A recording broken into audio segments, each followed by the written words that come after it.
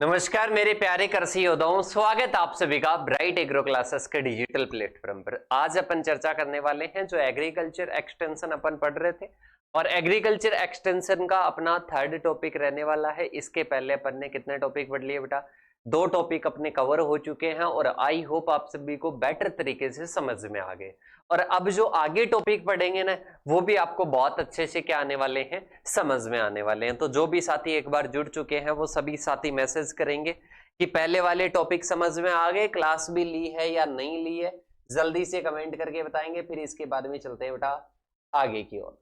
जल्दी से कमेंट करेंगे सभी साथी, फिर इसके बाद में अपन चलते हैं आगे की ओर। और इसमें सबसे पहले अपन किसके बारे में बात करेंगे बेटा? पिछली क्लास में जैसा कि मैंने आपको बताया भी था कि इसमें एक तो प्रिंसिपल्स की बात करेंगे कि ये कौन से प्रिंसिपल्स मतलब कौन से सिद्धांतों पर कार्य करती है, कौन से सिद्धांतों पर कार्य करती है। और इसके साथ में ही अपन बात करते हैं इसके उद्देश्य क्या है, इसके ऑब्जेक्टिव क्या है। इसके उद्देश्य या ऑब्जेक्टिव की अपन क्या करने वाले हैं, चर्चा करने वाले हैं। देखिएगा, सबसे पहले अपन बात करते हैं objectives and principles of extension education. जिस एजुकेशन की अपन बात कर रहे हैं जिसका नाम है एक्सटेंशन एजुकेशन, उसके अपने को क्या करना है बेटा? अपने को बात करनी है उद्देश्य और उसके सिद्धांतों की बात करेंगे डिटेल से। ऐसे नहीं कि नॉर्मल ये है, पूरा विवरण के साथ में अपने को इसकी क्या करनी है, चर्चा करनी है। और इसके साथ में ही अपन सबसे पहले किसके बारे में बात करते हैं बेटा? सबसे पहले कृषि पर्यवेक्षक और इसके साथ में बीएससी एग्रीकल्चर के आपके बैच चल रहे हैं, तो उनके बारे में अपने साथियों को जरूर अवगत करवाना। अब अपन बात करते हैं ऑब्जेक्टिव्स ऑफ एक्सटेंशन एजुकेशन। सबसे पहले दोबारा से मैं रिवाइज करवाना चाहूंगा, रिपीट करना चाहूंगा कि एक्सटेंशन एजुकेशन क्या है बेटा। ये एक यूनिवर्सिटी है या आईसीआर है। आईसीआर 3 कार्य करता है, एक रिसर्च का कार्य करता है, एक रिसर्च का कार्य करता है, एक एजुकेशन का कार्य करता है और एक एक्सटेंशन का कार्य करता है। एक्सटेंशन की बात करते हैं, एक्सटेंशन का मतलब क्या है, जैसे कि अपन बात करते हैं केवीके है, ठीक है। अब वो केवीके क्या करता है बेटा? कृषि विज्ञान केंद्र आईसीआर के अंतर्गत आता है। अब अपन बात करते हैं तो वो क्या करता है? यूनिवर्सिटीज के अंडर आता है और ये क्या करता है? प्रसार का कार्य करता है। मतलब बात करते हैं एक्सटेंशन, जैसे कि कोई भी नई किस्म आई, नई वेराइटीज आई, तो उस वेराइटी के बारे में क्या क्या फीचर्स है ये किसानों को बताना। और इसके साथ में ही अपन बात करते हैं उस वेराइटीज को अगर जो किसान है, जो फार्मर है, अगर ग्रो करेंगे तो क्या क्या बेनिफिट्स होंगे, वो कौन बताएगा बेटा? वो केवीके वगैरह, यूनिवर्सिटी वगैरह, एक्सटेंशन वर्कर वगैरह बताएंगे। तो इसको अपन क्या कहते हैं? एक्सटेंशन एजुकेशन कहते हैं। तो अपन बात करते हैं अपनी एग्रीकल्चर में एक्सटेंशन की, जो एक्सटेंशन एजुकेशन है इसके ऑब्जेक्टिव क्या है। तो सबसे पहला इनके बारे में नॉर्मल तो अपन ने चर्चा भी कर ली है पहले। ये क्या करता है? नॉलेज में क्या करता है बेटा? KASP मैंने बताया था। तो सबसे पहले अपन बात करते हैं नॉलेज। अरे किसकी?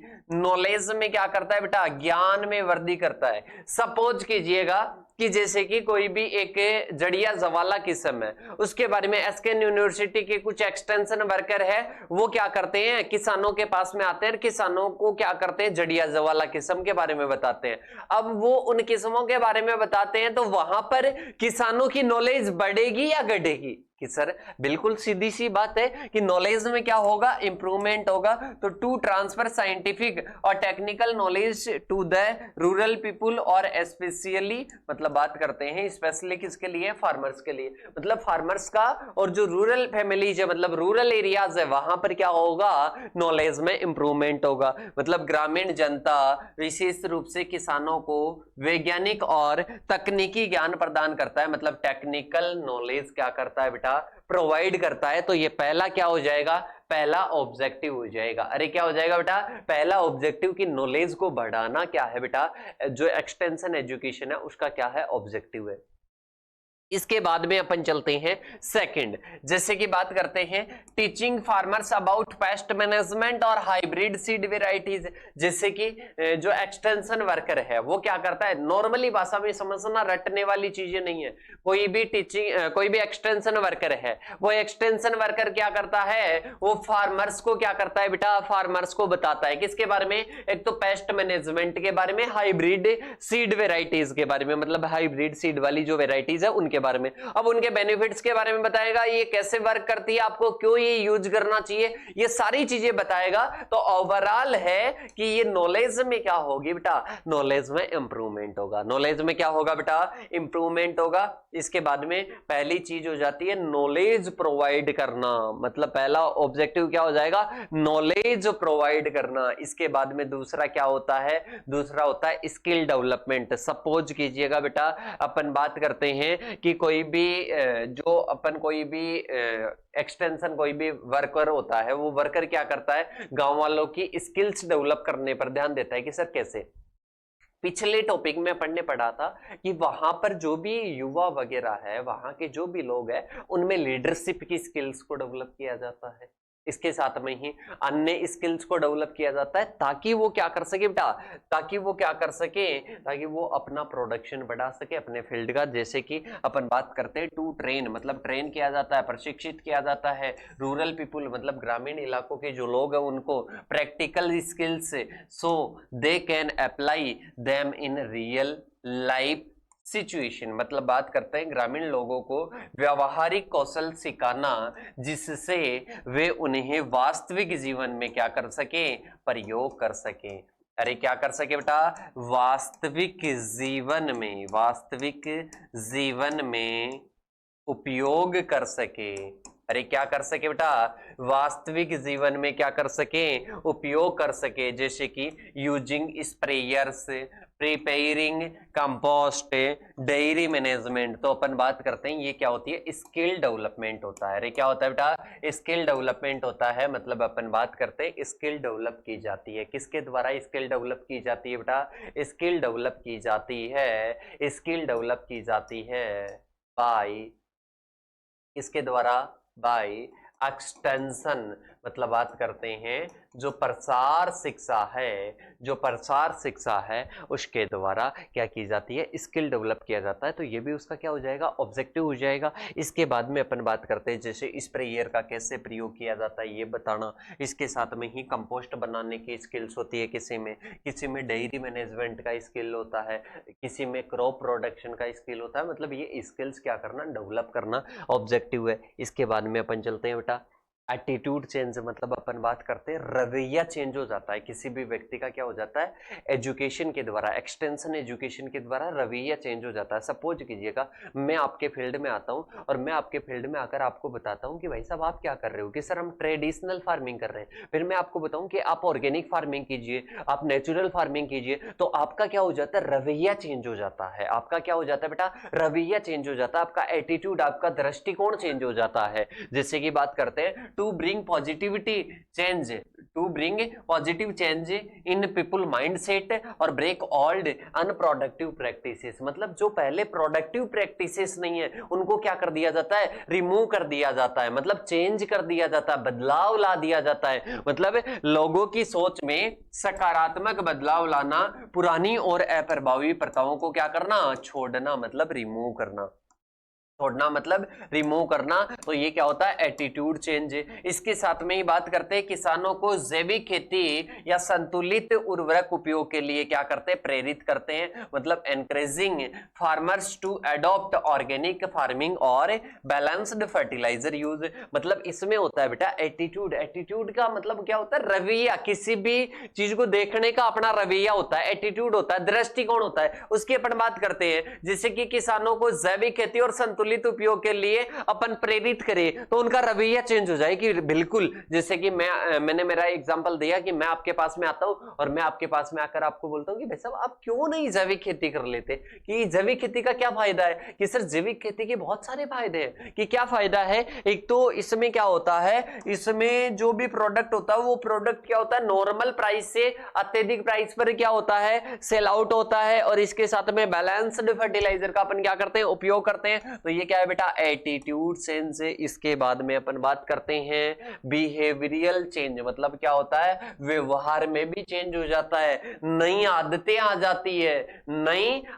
जाती है। मतलब to help people adopt new habits और practices for suitable sustainable development. मतलब लोगों को सतत विकास के लिए नई आदतें और व्यवहार अपनाने के लिए क्या करते हैं, प्रेरित करते हैं। ध्यान से समझ लेना, इसमें अपन बात करते हैं सस्टेनेबल सस्टेनेबल डेवलपमेंट का मतलब क्या होता है, जैसे कि सपोज कीजिएगा बेटा, आप इस प्रकार से, जैसे कि आपके पास में 1 GB नेट है, तो 1 GB नेट का ऐसे नहीं कि आगे आने वाला, जैसे कि आपके घर में 5 सदस्य हैं, अब किसी को भी काम पड़ सकता है। अब आप क्या करो, आप 5 क्लासें देख लो एक दिन की, 1 GB को खत्म कर दो, और कि मेरे को क्या, फिर बाद में आकर पूछिए कि मेरे को क्लास नहीं देखनी थी क्या? आपकी बड़ी बहन पूछती है, आपकी छोटी बहन पूछती है, आपका बड़ा भाई पूछता है वो कि मेरे को क्लास नहीं लेनी थी क्या, क्योंकि मैंने तो इसका यूज कर दिया। बेटा ऐसे नहीं करना है, आपको इतना ही प्रयोग लेना है जितना आपके लिए सफिशिएंट हो जाए आज के लिए, और आपके छोटे भाई बहन, बड़े भाई बहन भी उसका यूज कर सके, मतलब जितना उनको रिक्वायरमेंट, मतलब आपका भी हो जाए उनका भी हो जाए, इस प्रकार से आपको प्रयोग करना है। तो ये बिहेवियरल चेंज, मतलब बात करते हैं व्यवहार में इतना बदलाव लाना है। जैसे कि एग्जांपल की बात करते हैं, regular vaccination of cattle, use of improved implements, मतलब पशुओं का नियमित क्या करना, टीकाकरण करना, और उन्नत कृषि यंत्रों का क्या करना, उपयोग करना। ये क्या है बेटा, व्यवहार में परिवर्तन है। अरे क्या है बेटा, व्यवहार में परिवर्तन है। इसके बाद में आता है रेजिंग स्टैंडर्ड ऑफ लिविंग, मतलब अपन बात करते हैं जीवन स्तर में सुधार। क्या होता है बेटा, जीवन स्तर में सुधार, मतलब अपन बात करते हैं एक्सटेंशन एजुकेशन क्यों इतनी मेहनत कर रही है, इसका एक और ऑब्जेक्टिव है, एक और इसका उद्देश्य है, और वो उद्देश्य है कि इसको क्या करना है, इसको जो ग्रामीण, जो रूरल जो पीपुल है, जो रूरल पीपुल है, उन रूरल पीपुल्स का क्या करना है बेटा, उन लोगों का क्या करना है, उन लोगों की लाइफ स्टाइल उसको चेंज करनी है, उनको क्या करना, उनका जीवन स्तर उनका क्या करना है, सुधारना है। तो ये भी इसका क्या है बेटा, ऑब्जेक्टिव है। मतलब to improve income, nutrition, housing, sanitation, मतलब सफाई वगैरह, overall well being of rural families, मतलब आय, पोषण, आवास, इसके साथ में स्वच्छता, ग्रामीण परिवारों के समग्र कल्याण को क्या करना है, बढ़ाना भी इसका क्या है, उद्देश्य है। मतलब रेजिंग स्टैंडर्ड्स ऑफ लिविंग, मतलब बात करते हैं उनका जीवन का रहन सहन में क्या करना, सुधार करना, उनके जीवन का जो रहन सहन है उसमें क्या करना है, सुधार करना है। तो ये इसका क्या है बेटा, ऑब्जेक्टिव है। इसके साथ में ही बात करते हैं, नेक्स्ट है अपन बात करते हैं आत्मनिर्भरता और नेतृत्व है। अपन बात करते हैं कि ये जो एक्सटेंशन वर्कर है, एक्सटेंशन एजुकेशन है, ये क्या करती है, सेल्फ डिपेंड बनाती है। ये किसी पर, जैसे कि अपन बात करते हैं रूरल एरियाज में जो भी युवा है, जो भी यूथ है, उन यूथ को किसी पर डिपेंड होने के लिए ये नहीं सिखाती है, ये उनको सिखाती है कि आप आत्मनिर्भर कैसे कर सकते हो। जैसे कि बात करते हैं आपके पास में 5 बीघे का क्या है, खेत है, उसमें भी आप आत्मनिर्भर कैसे हो सकते हो, किसी के लिए, किसी के पास में जॉब के लिए नहीं जाना पड़े। तो ये भी कौन सिखाता है बेटा, अपने को एक्सटेंशन एजुकेशन। तो एक्सटेंशन एजुकेशन का ये भी ऑब्जेक्टिव है कि गांव में जितने भी युवा है, जितने भी यूथ है, उनको क्या करना, उनको आत्मनिर्भर करना, ताकि वो खुद पर विश्वास कर सके और कार्य कर सके। इसके बाद में देखिएगा, बात करते हैं टू डेवलप कॉन्फिडेंस, लीडरशिप और problem solving capacity in rural youth, और इसके साथ में बात करते हैं फार्मर्स, मतलब ग्रामीण युवाओं और किसानों में आत्मविश्वास, नेतृत्व और समस्या समाधान की क्या करना, क्षमता बढ़ाना, मतलब कैपेसिटी बढ़ाना। अरे क्या बढ़ाना, कैपेसिटी बढ़ाना, मतलब बात करते हैं तो क्षमता को क्या करना है, इंक्रीज करना है। इसके बाद में बात करते हैं समरी की बात करते हैं, इसके ऑब्जेक्ट की बात करते हैं, इसके क्या क्या उद्देश्य हैं। तो आप देख लो, इसमें पहला अपन ने देखा इसमें क्या करना है, नॉलेज को इंप्रूवमेंट करना है, स्किल को डेवलप करना है, एटीट्यूड चेंज, बिहेवियरल चेंज, इसके साथ में स्टैंडर्ड लिविंग, लीडरशिप, और इसके साथ में सेल्फ रिलायंस। मतलब बात करते हैं इसमें क्या करना है, खुद को क्या करना है, खुद को आत्मनिर्भर बनाना है, खुद को क्या करना है बेटा, इसमें सेल्फ डिपेंड बनाना है। तो ये अपने पास में क्या है बेटा, और एक एक लाइन इसमें ये वाली आप क्या कर सकते हो, याद कर सकते हो। इसमें एम्पावरमेंट, मतलब खुद का बिजनेस हो सके, इसके लिए ट्रेनिंग वगैरह दी जाती है। इकोनॉमिक अपलिफ्टमेंट, मतलब इसमें आर्थिक सुधार होता है। न्यू हैबिट अपनाते हैं, पॉजिटिव थिंकिंग रखते हैं, प्रैक्टिकल ट्रेनिंग करते हैं, और साइंटिफिक अवेयरनेस। तो ये क्या है बेटा, ये सारे ऑब्जेक्टिव्स है। किसके ऑब्जेक्टिव्स है? अपन बात करते हैं जो अपने एग्रीकल्चरल एक्सटेंशन है उसके क्या है, ऑब्जेक्टिव है। अब इसके बाद में अपन बात करते हैं आगे की ओर, अपने पास में आता है प्रिंसिपल्स, मतलब ये किन किन सिद्धांतों पर कार्य करती है, कि सर कौन करती है, किन सिद्धांतों पर कार्य। अपन बात करते हैं जैसे कि अपनी है एक्सटेंशन एजुकेशन। तो एक्सटेंशन एजुकेशन का एक पॉपुलर सिद्धांत है जो आपको कई बार पूछा जाता है, principles of doing by learning, मतलब करके सीखना। क्या करना बेटा? करके सीखने का जो सिद्धांत है ना, करके सीखने का सिद्धांत मोस्ट पॉपुलर है, और करके सीखने का जो सिद्धांत है उसी पर मेनली क्या चलती है बेटा, अपने एक्सटेंशन एजुकेशन की। सर करके सीखना कैसे? बेटा ये प्रैक्टिकली है, ये कोई थ्योरिकल नहीं है, ये क्या है, प्रैक्टिकल है। क्या है बेटा? ये प्रैक्टिकली है, ये कोई थ्योरिटिकल नहीं है। क्या है बेटा? प्रैक्टिकली है। अपन बात करते हैं ये क्या नहीं है बेटा, थ्योरेटिकल नहीं है। इसके साथ में ही अपन बात करते हैं सिद्धांतों की, बात करते हैं कि सिद्धांतों की अपन क्यों कर रहे हैं।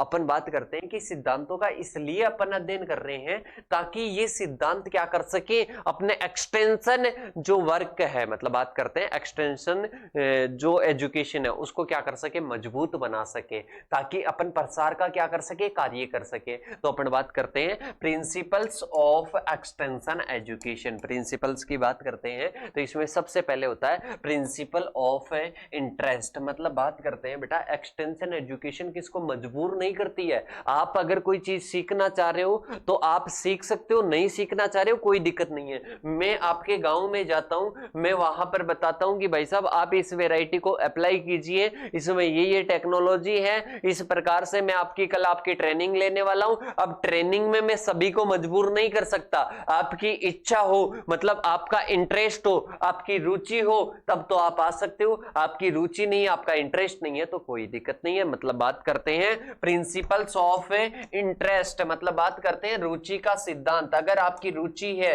अगर आपका इंटरेस्ट है, अगर आपका इंटरेस्ट है तभी आप अच्छा सीख पाएंगे, तभी आप अच्छा सीख पाएंगे। मैं आपको जबरदस्ती बोलूंगा तो आप सीख भी नहीं पाओगे। तो अपन बात करते बेटा, पहला है people learn best when topic interest them, मतलब जब उनका उसमें इंटरेस्ट होता है, जब वो उसमें इंटरेस्ट दिखाते हैं तो वो बेस्ट तरीके से क्या होते बेटा, सीखते हैं। इसके साथ में ही बात करते हैं जब लोगों में रुचि होती है तो तब वो क्या करते हैं, अच्छा सीखते हैं। इसके साथ में so extension education should be based on local needs और प्रॉब्लम्स, मतलब बात करते हैं इसीलिए तो एक्सटेंशन को लोकल जो नीड्स, मतलब अपन बात करते हैं स्थानीय जो आवश्यकताएं और जो प्रॉब्लम्स है उसके बेस्ड पर, क्योंकि उनमें तो रुचि होगी ही नहीं होगी। अपन बात करते हैं कोई स्थानीय आवश्यकताएं हैं, किसी की लोकल नीड्स है, इसके साथ में कोई लोकल प्रॉब्लम्स है, तो उन पर आधारित अपन बात करते हैं एक्सटेंशन को रखेंगे तो हर किसी का क्या रहेगा बेटा, इंटरेस्ट रहेगा। मतलब इसलिए विस्तार शिक्षा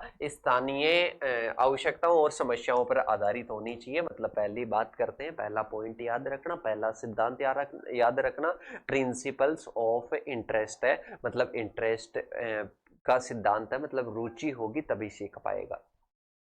इसके बाद में अपन बात करते हैं बेटा प्रिंसिपल ऑफ पार्टिसिपेशन। पार्टिसिपेशन की बात करते हैं, इसमें क्या होता है, जब लोग स्वयं भाग लेते हैं तो सीखना अधिक क्या होता है, प्रभावी होता है। विस्तार कार्यक्रमों में किसानों की भागीदारी को क्या करता है, प्रोत्साहित करता है। मतलब अपन क्या करते हैं, ये क्या करता है, कोई पार्टिसिपेट हुए।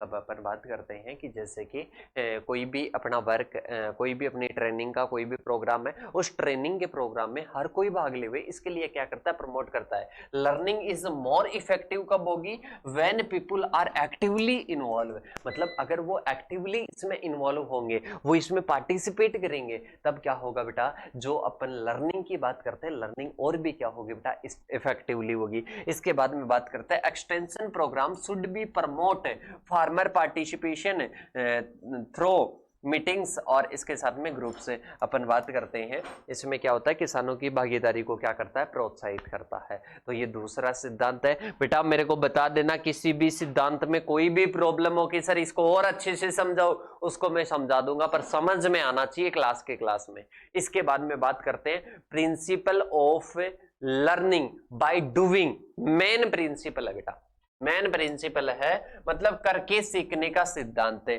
प्रैक्टिकल एक्सपीरियंस बिल्ड्स कॉन्फिडेंस और रिटेंशन, मतलब बात करते हैं अगर कोई प्रैक्टिकल अनुभव करते हैं, जैसे कि मैं आपको बताता हूं बेटा, जैसे कि मैंने आपको कहा कि अगर अगर आप लिखने की आदत, अगर आप 7 दिन लगातार क्या करते हो, सुबह उठने की आदत डालते हो, तो 8वें दिन से आप लगातार उठने लग जाओगे। अगर आप खुद को कहते हो कि आप कर सकते हो, आप कर सकते हो, आप कर सकते हो, तो बिल्कुल आप कर सकते हो। तो आप इसको अगर अप्लाई करके देखो और फिर अगर हो जाए तो बेटा अपन बात करते हैं लर्निंग बाय डूइंग, मतलब बात करते हैं प्रैक्टिकल एक्सपीरियंस क्या करता है, कॉन्फिडेंस बनाता है और रिटेंशन। जैसे कि मैं बात करूं कि जैसे कि आप एक स्पेलिंग को 5 बार बोलोगे आपको याद हो जाएगी। आप प्रैक्टिकल करो कि सर मैं 5 बार पढ़कर देखता हूं, बिल्कुल सर याद होगी, तो आपको कॉन्फिडेंस आएगा, आपको रिटेंशन, मतलब बात करते हैं आपको खुद पर विश्वास होगा। तो अपन बात करते हैं, तो ये पहला क्या हो जाएगा, ये सिद्धांत क्या हो जाएगा, principles of learning by doing, मतलब करके सीखने का सिद्धांत।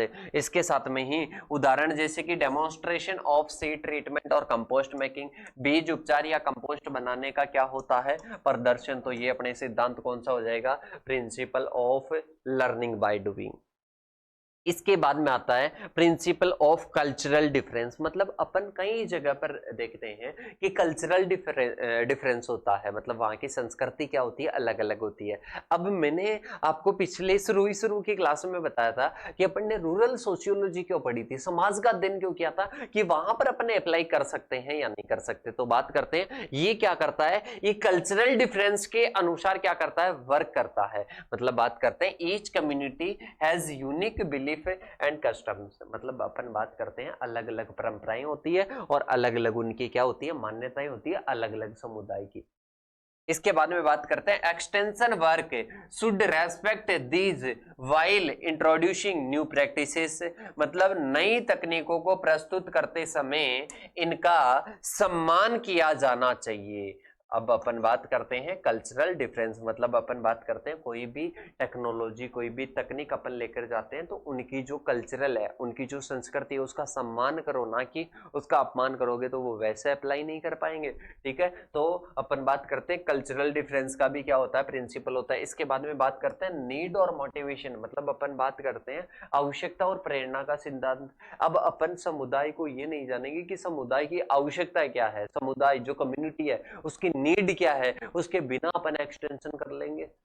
एक्सटेंशन एजुकेशन, मतलब अपन बात करते हैं जो एक्सटेंशन एजुकेशन है वो किस पर होती है बेटा, वो प्रिंसिपल ऑफ नीड और मोटिवेशन, मतलब बात करते हैं people change when they feel need और गेट मोटिवेटेड, मतलब जब वो फील करते हैं आवश्यकता है मेरे को और वो मोटिवेट होते हैं तब क्या होता है बेटा, तब अपन बात करते हैं लोगों को क्या होती है, अरे आवश्यकता महसूस होती है। इसके साथ में अपन बात करते हैं नेक्स्ट, मतलब जब आवश्यकता महसूस होती है ना तब वो क्या करते हैं, बदलाव को अपनाते हैं। Extension agent should be identify address और रियल प्रॉब्लम्स, विस्तार कार्यकर्ता जो है वास्तविक समस्याओं को पहचान कर समाधान करना चाहिए, मतलब रियल में वहां पर क्या क्या प्रॉब्लम्स है उनको पहचान करने वाला होना चाहिए, कि यहाँ पर क्या प्रॉब्लम्स है उनको पहचान कर क्या करना चाहिए बेटा, सोल्व करने वाला होना चाहिए, मतलब नीड और मोटिवेशन अपने को माइंड में रखना है।